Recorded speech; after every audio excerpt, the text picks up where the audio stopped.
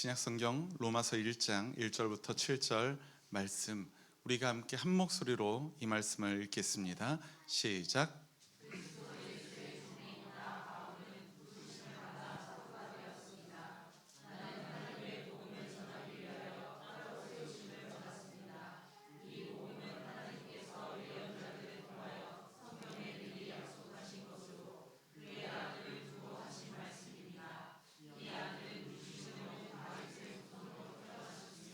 성령으로는 죽은 사람들 가운데서 권능으로 하나님의 아들로 확정되신 분이십니다. 그는 곧 우리 주 예수 그리스도이십니다. 우리는 그를 통하여 은혜를 입어 사도의 직분을 받았습니다. 그것은 우리가 그 이름을 전하여 모든 민족이 믿고 순종하게 하려는 것입니다. 여러분도 그들 가운데 들어있어서 예수 그리스도의 부르심을 받은 사람이 되었습니다. 나는 로마에 있는 모든 신도에게 이 편지를 씁니다. 하나님께서 여러분을 사랑하셔서 그의 거룩한 백성으로 부르셨습니다.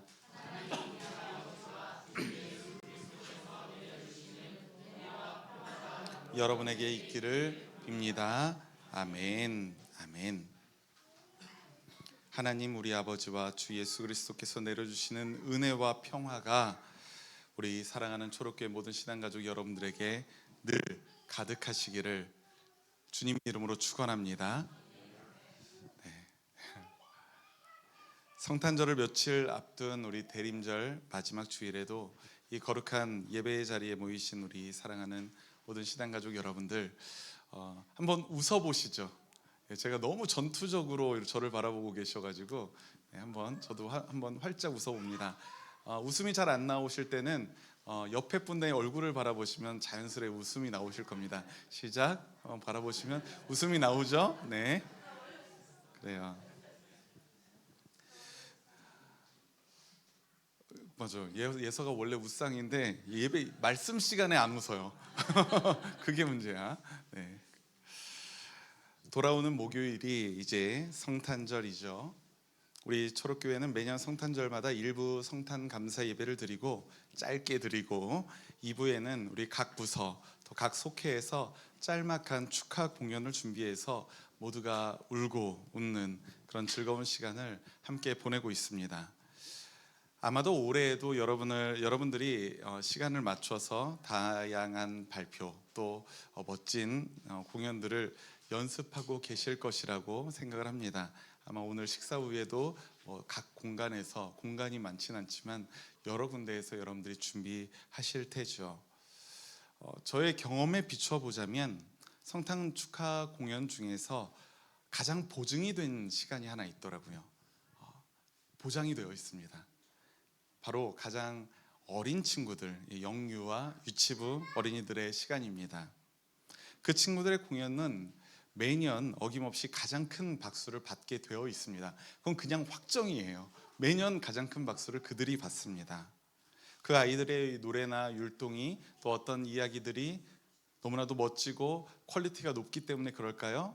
한편의 대서사실을 잘 관람했구나라는 마음으로 그럴까요? 그렇지 않습니다. 그 어린 아이들의 공연은 변수가 너무 많아요. 저도 그 아이들을 가르쳐서 무대에 세우고 했었지만 변수가 너무 많습니다. 예를 들면 기쁨이 로운이를 여기 자리에 세운다고 생각해 보십시오. 제가 시킨 대로 하겠습니까? 저렇게 뛰어다니지? 네. 변수가 너무 많아요. 연습할 때에는 잘 하다가도 막상 무대에 올라가면 손 하나 까딱이지 않는 경우는 부지기수고요. 담당 선생님들을 가장 난감하게 할 때는 언제일까요? 잘 하다가 무대에 딱 서니까 이제 울음을 터뜨리는 겁니다. 도레미파 솔라시도를 하는 것처럼 왼쪽 아이들부터 응앙, 그러니까 두 번째 아이가 보더니 응앙, 거기 무대 위에 있는 모든 아이들이 울음을 터뜨릴 때 선생님들은 참 난감하죠. 저도 그런 적 많이 보았습니다. 그 무대는 완전히 난장판인데요. 그렇지만 그럴 때에도 어김없이 성도님들은 가장 큰 박수를 보내고요, 얼굴에 웃음꽃이 활짝 피게 됩니다. 오히려 우는 아이가 하나도 없는 너무 열심히 잘하면 뭔가가 허전한 그런 공연이 되죠. 그 이유가 뭘까 한번 생각을 해봤어요. 그 이유가 뭘까요? 그 이유는 우리가 그 아이들을 진심으로 사랑하고 그들을 아끼기 때문입니다. 그래서 그 아이들의 존재 자체를 우리가 무조건적으로 받아들일 마음을 이미 갖고 있기 때문에 그 존재 자체가 너무 이쁜 거예요. 잘하든 못하든. 이 사랑이 바탕이 된 이 무조건적인 받아들임의 마음이 있기 때문에 공연을 시작하기도 전에 그 아이들은 이미 100점 만점에 100점이죠. 바라기는 우리 초록교회 신앙 공동체에서는 이런 어린 아이들뿐만 아니라 모든 신앙 가족들이, 이 자리에 있는 모든 사람들이 그렇게 서로의 존재를 받아들이고 또 서로의 존재를 받아들여지는 그런 은총을 풍성하게 누리시기를 간절히 소망합니다. 오늘도 우리 주변에 있는 사랑하는 성도 여러분들과 축복과 사랑의 인사 함께 나누었으면 좋겠습니다. 얼굴을 바라보면서 이렇게 좀 닭살 돋게 고백해 보는 거예요. 당신의 존재가 꽃보다 아름다워요. 시작. 당신의 존재가 꽃보다 아름답습니다. 당신의 존재가 꽃보다 아름답습니다. 네, 맞아요. 로운이의 존재가 꽃보다 아름답. 초록교회라서 초록 양말을 신고 왔네요. 네, 아름다워요. 오늘 우리가 읽은 이 로마서의 1장의 말씀, 이 말씀은 사도 바울이 로마 교회의 성도들에게 보내는 편지의 인사말에 해당합니다. 편지라는 것은 늘 그 첫머리에 인사를 하게 되어 있죠. 사도 바울이라는 이 한 사람이 불특정 다수인 로마 교회의 성도들에게 쓰는 편지다 보니까 첫 부분에서 자신이 누구인지 또 자신이 어떤 사람인지를 소개할 필요가 있었습니다. 그러면 바울은 자신을 어떻게 소개하고 있을까요? 우리 함께 본문 1절의 말씀 함께 읽겠습니다. 1절 시작. 그리스도 예수의 종인 나 바울은 부르심을 받아 사도가 되었습니다.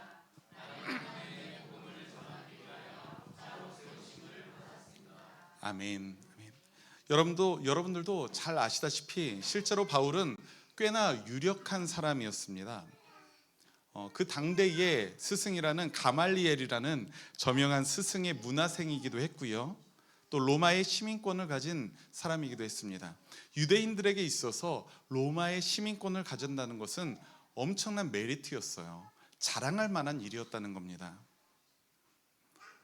그리고 바울의 행적을 우리가 쫓아가다 보면 바울이 예수님을 믿기 전에 어땠습니까? 사람들을 이끌고 다니며 그리스도인들을 핍박하러 다니는 이력이 있죠. 그러니까 그 당시에는 부정적인 것이지만 그에게는 리더십도 갖추고 있었다는 겁니다. 게다가 예수님을 구주로 받아들인 이후에는 어떻습니까? 네. 이렇게 전 세계를 돌아다니며 이방 지역에 복음을 전하고 교회를 세우는 복음 전도자로서 두각을 드러내기도 했습니다. 유대인 그리스도인들에게 사도 베드로가 있었다면 이방인 그리스도인들에게는 사도 바울이 그 역할을 하고 있었던 것이죠. 바울은 아주 두드러지는 놀라운 또 탁월한 신학자이자 교회의 지도자였습니다. 충분히 그의 역할에 대하여 그의 직분에 대하여 자랑할 만했습니다. 그는 대단한 사람이었어요. 하지만 1절 말씀에서 바울은 자신을 그리스도 예수의 종이라고 소개합니다. 제가 예전에 한번 말씀드린 적이 있는데 저와 함께 동역했던 담임 목사님이셨죠. 제가 영등포에서 사역을 했을 때에 저는 전도사였고 저의 담임 목사님이신 분께서 아주 독특하신 분이셨습니다. 여러 가지 에피소드가 있지만 그렇다고 나쁜 분은 아니셨습니다. 목회에 대한 진정성이 있는 분이셔서 저도 무척 좋아하던 목사님이셨어요. 근데 그 목사님의 여러 가지 목회 방식 중에 제 마음에 살짝 걸리는 게 하나 있었어요. 무엇이냐면 목회자를 종이라고 부르는 것에 대하여 굉장한 반감을 스스로 갖고 계시더라고요. 그래서 어떤 성도님이 대표 기도를 할 때 우리 주님의 종, 우리 목사님을 위해서 기도하면 그 기도가 끝날 때마다 항상 뭐라고 하셨습니다. 자신은 목사는 종이 아니다. 주님의 사자다. 네, 그래서 저를 무척이나 당황스럽게 했는데요. 저는 그렇게 생각합니다. 목사는 그리스도 예수의 종입니다. 저뿐만 아니라 여러분들도 그리스도 예수의 종이심을 깨달으시기를 바랍니다. 네. 바울도 그랬어요. 하물며 바울도 그랬잖아요. 바울도 그리스도 예수의 종이라고 자신을 소개하고 있어요. 하나님의 복음을 전하기 위해 세워진 종이다라고 말하고 있죠. 자신의 정체성이 예수 그리스도 안에 결정되어진다는 사실을 바울은 그 누구보다 정확하게 인식하고 있었던 겁니다. 어떤 경력이나 스펙이나 또 어떤 자격증이나 직업에 의해서 결정되는 것이 아니라 오직 주님 안에서 그의 정체성이 결정되었습니다. 사도 바울이 그리스도 예수의 종이라고 자신의 정체성을 규정했듯이 이 로마서라는 편지의 정체성도 그리스도 예수의 종에게서 나온 결과물이라는 사실을 분명하게 드러내고 있습니다. 그래서 본문 2절부터 곧바로 사도 바울이 전하고 있는 것이 바로 복음이죠. 복음의 내용에 관한 것입니다. 여기에서 사도 바울이 설명하고 있는 이 복음의 내용은, 이 복음의 내용의 중심축은 두말할 나위 없이 하나님의 아들 예수 그리스도입니다. 그분은 구약 성경에 예언이 성취된 분으로 연약한 육신의 몸으로 오셔서 죽기까지 하셨지만 죽은 사람들 가운데서 부활하셨고 하나님의 아들로 확정되신 분이다 라고 오늘 본문 2절 이하의 말씀에서 사도 바울은 설명하고 있어요. 복음의 내용을 로마 교회의 성도들에게 먼저 설명하고 있는 것입니다. 왜요? 그 복음의 내용을 그들이 알아야만 하기 때문에, 배워야만 하기 때문에. 로마서 1장에서 사도 바울이 기록하고 있는 복음의 내용이 바로 그러했습니다. 그렇다면 여기에서 한 가지 의문이 드는 게 있습니다. 만약에 누군가 여러분에게, 사도 바울이 아닌 여러분에게 복음이 뭐예요? 라고 묻는다면 여러분들은 어떻게 대답하시겠습니까? 여러분들에게 있어서 복음이란 무엇입니까? 어떤 목사님께서 자신의 SNS에 이런 글을 쓰셨다고 해요. 여러분이 생각하는 복음이란 무엇인지 한두 문장으로 알려주세요 라고 페이스북에 올리셨다고 합니다. 그랬더니 며칠 후에 30명이 훌쩍 넘는 분들이 각자가 생각하는 복음에 대한 아주 다양한 정의를 댓글로 달았다고 하더라고요. 물론 겹치는 것도 있지만 굉장히 다른 관점의 복음에 대한 내용들을 설명하고 있었다고 합니다.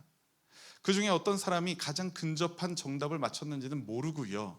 정답이란 것이 있는지도 잘 모르겠습니다. 다만 분명한 것이 있습니다. 분명한 것은 사람들은 참 다양한 이해와 다양한 관점을 가지고 다양한 신앙을 전제하여서 자신의 복음을 이해하고 있다는 사실을 확인할 수 있었다는 겁니다. 한국교회에서는 보통 이 복음이라는 것을 어떤 맥락에서 보냐면 바로 이 로마서 사도 바울의 입장에서, 사도 바울의 관점에서 이 복음이라는 것을 이해하고 해석을 하고 있어요. 그러다 보니까 이 복음하면 곧바로 예수 그리스도의 십자가가 등장하게 되죠. 맞습니다. 틀렸다는 얘기가 아니에요. 옳은 것입니다. 그런데 이 복음이라는 이 기쁜 소식을 과연 신약 성경의 눈으로만 이해해야 할까요? 바울의 눈으로만 이 복음을 바라봐야 할까요? 그렇지 않습니다. 우리 그리스도인들은 신약 성경과 구약 성경을 함께 아우르는 시각으로 이 성경에서 증거하는 복음, 성경의 전체를 관통하는 복음, 이것을 우리가 바라볼 필요가 있다는 사실을 여러분들 기억하시기 바랍니다. 구약 성경에서도 이 복음에 관한 기록을 여러 곳에서 발견할 수가 있어요. 그 중에 하나가 바로 이사야 52장 7절의 말씀입니다. 우리가 함께 이 말씀 한 목소리로 읽겠습니다. 시작. 놀랍고도 반가워라. 이 소식을 전하려고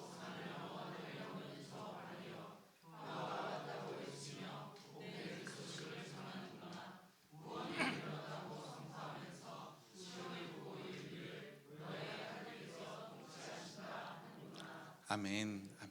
한 가지 찬양이 떠오르죠. 어떤 찬양이죠? 복음 들고 산을 넘는 자들의 발길 아름답고도 아름답도다. 평화 전하며 복된 소식을 외치네. 주 다스리시네, 주 다스리시네. 이런 찬양이에요. 기쁜 소식을 전하기 위해서 산을 넘어서 달려오는 사람이 있습니다. 그는 평화가 왔다고 외치고 구원이 이르렀다고 선포합니다. 그리고 그들은 무엇을 말하고 있나요? 너의 하나님께서 통치하신다. 우리 함께 한 목소리로 외쳐볼까요? 시작. 너의 하나님께서 통치하신다. 다시 한번 시작. 너의 하나님께서 통치하신다. 아멘. 그렇습니다. 복음은 바로 이런 겁니다. 하나님의 다스림이 무너진 곳에 그분의 다스림이 다시 회복된다는 것이 바로 복음이에요. 복음은 다른 게 아닙니다. 하나님이 다스리신다라는 거예요. 이거는 복음서에서 예수님이 전하신 하나님 나라의 복음과도 일맥상통합니다. 마가복음 1장 14절과 15절 말씀, 우리가 함께 주보에도 있고요, 앞을 보셔도 됩니다. 함께 한 목소리를 읽겠습니다. 시작. 요한이 잡힌 뒤에 예수께서 갈릴리에 오셔서 하나님의 복음을 선포하셨다.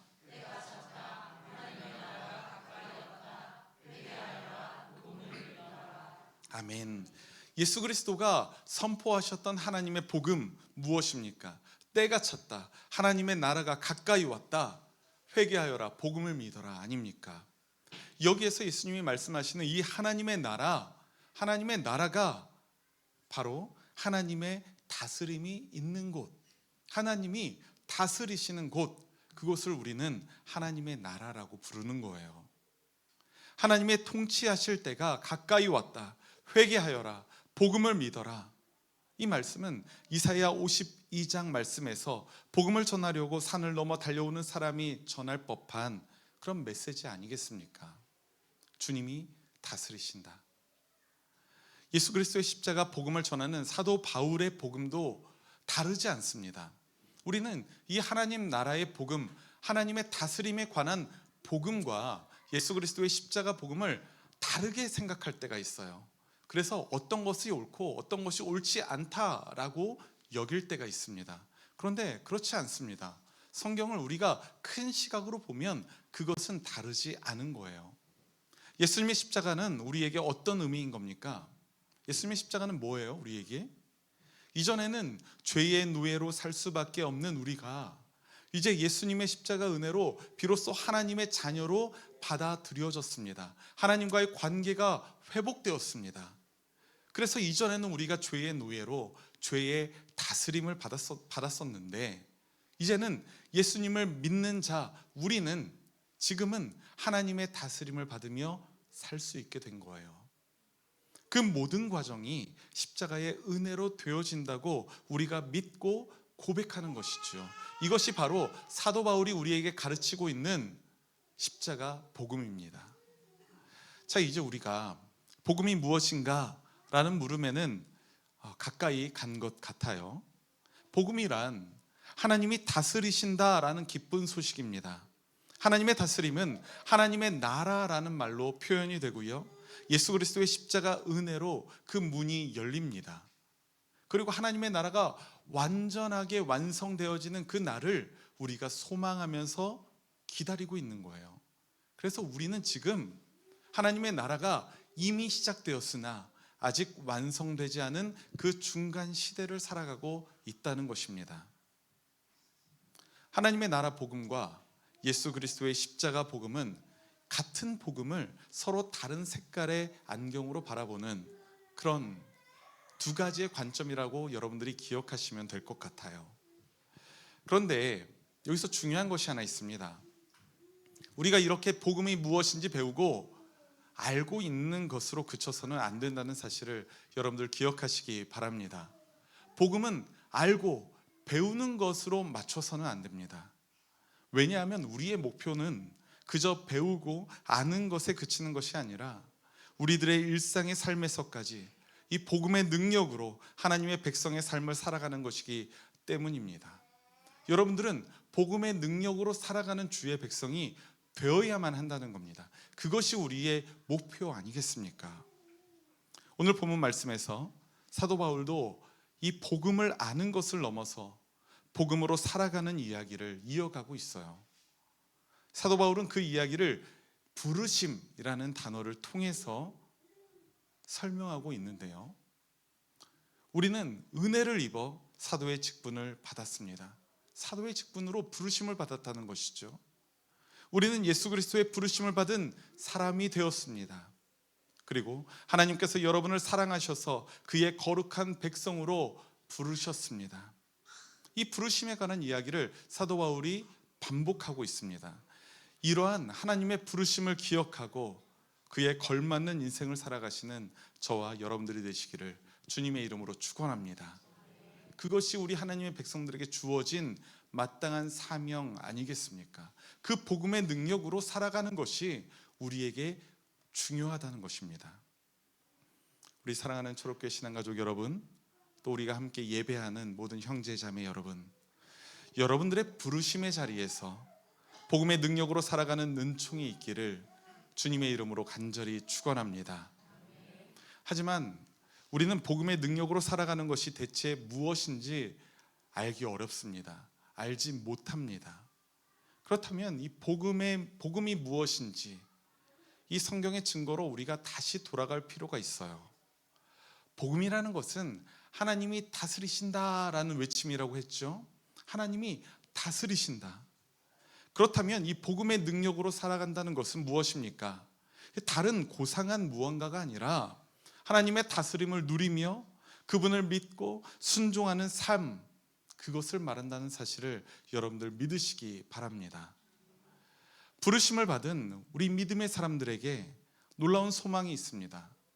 본문 로마서 1장 7절 말씀 중에 그 마지막 문장을, 짧은 문장인데요, 우리가 함께 읽겠습니다. 시작.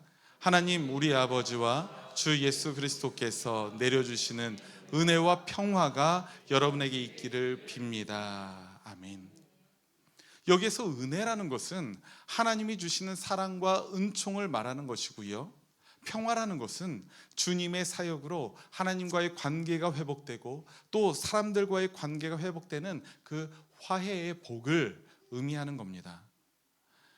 우리는 하나님이 주시는 그 은혜와 평화를 힘입어서 부르심의 소망을 따라 살아갈 수 있습니다. 주님께서 주신 직분도 우리는 그 은혜와 평화를 힘입어서 감당할 수 있는 것입니다. 나의 힘으로 하는 것이 아니고요, 주님의 힘을 힘입어서 하는 것입니다. 나의 힘으로 살아가는 것이 아니라 주님의 힘을 힘입어서 살아갈 때에 하나님의 다스림이 바로 저와 여러분들에게 있기를 간절히 소망합니다. 성도 여러분, 오늘 선포된 말씀을 통하여 우리 예수님이 전하신 복음에 우리가 다시 한번 마음을 기울이시는 은총이 우리 가운데 있기를 간절히 소망합니다. 그래서 성도 여러분들의 삶에 이 복음이 뜬구름 잡는 이야기가 아니라 실제적으로 우리들의 삶을 변화시키고 정의와 평화와 기쁨의 길로 우리를 이끌어가는 그 원천이라는 사실을 우리가 깨달으시기를 바랍니다. 성탄절을 앞둔 이 대림의 마지막 주일에 성탄의 주인공이신 예수님의 그 풍성한 은혜와 평화가 사랑하는 우리 초록교회 모든 신앙가족들의 삶에 늘 충만하시기를 주님의 이름으로 축원합니다. 아멘. 오늘도 우리가 함께 말씀을 기억하면서 주보에 있는 공동체의 기도, 우리가 한 목소리로 기도하겠습니다. 시작. 예수 그리스도의 십자가 은혜를 입어 다시 주님의 복음 앞에 나아와 하나님 나라를 누리게 하시는 하나님 아버지, 감사와 찬송을 주님께 올려드립니다. 오늘도 말씀을 통해 복음을 알아가고 나를 향한 주님의 계획을 알게 하시니 감사합니다.